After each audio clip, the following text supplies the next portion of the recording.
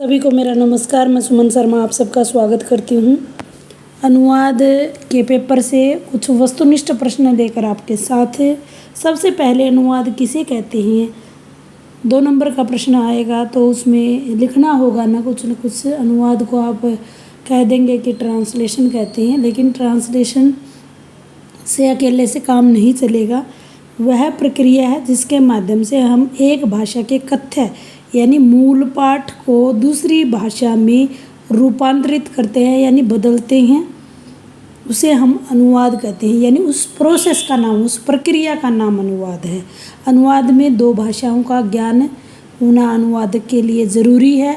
मूल पाठ यानी स्रोत भाषा से लक्ष्य भाषा में उस कंटेंट को बदला जाता है। आइए बात कर लेते हैं स्रोत भाषा क्या होती है और लक्ष्य भाषा क्या होती है। मूल पाठ की भाषा को हम क्या कहते हैं, स्रोत भाषा। लक्ष्य भाषा मूल पाठ का जिसका अनुवाद किया जाना है, जिस भाषा में किया जाना। मान लीजिए मुझे हिंदी से कुछ बदलना है इंग्लिश में, तो मेरी ये स्रोत भाषा है, इसको हम मूल पाठ भी कह सकते हैं, और ये मेरी लक्ष्य भाषा है। लक्ष्य भाषा है, इंग्लिश में इसको टारगेट लैंग्वेज कहते हैं। यानी इसमें बदलने के बाद जो पाठ बन जाता है, जो कंटेंट बन जाता है, उसे हम अनुदित पाठ बोलते हैं।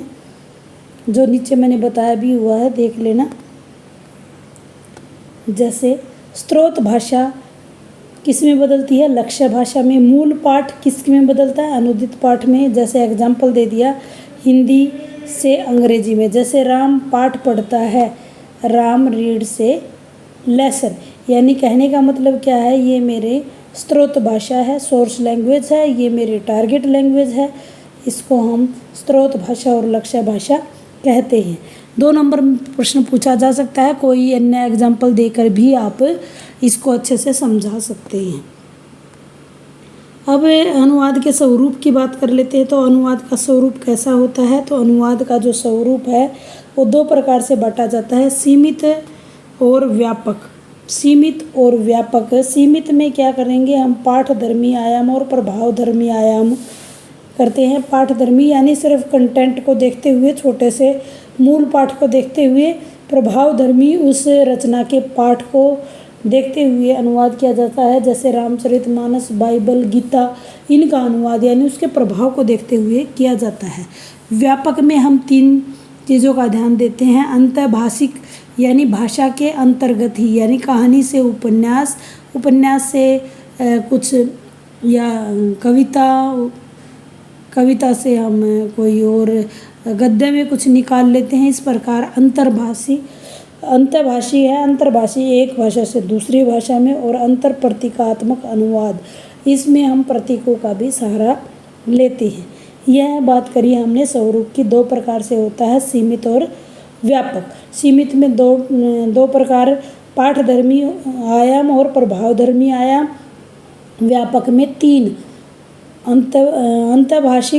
अंतर्भाषिक और अंतर प्रतीकात्मक अनुवाद। आइए बात कर लेते हैं अगले प्रश्न की, अनुवाद की प्रकृति। अनुवाद की प्रकृति 2 प्रकार से मानी जाती है, व्यक्तिपरक और रचनापरक। महत्व की बात अगर करें तो हम इसके महत्व को 2, यानी ये क्वेश्चन पूछा जा सकता है कि दो मुख्य बिंदु बताइए। तो अनुवाद का महत्व है सांस्कृतिक समन्वय करना और भाषा परक आदान प्रदान करना। उम्मीद करती हूँ छोटे से वीडियो के माध्यम से कई छोटे छोटे प्रश्नों को मैं यहाँ आपके सामने प्रस्तुत कर पाई होंगी। वीडियो कैसा लगा आप कमेंट करके बता सकते हैं। धन्यवाद।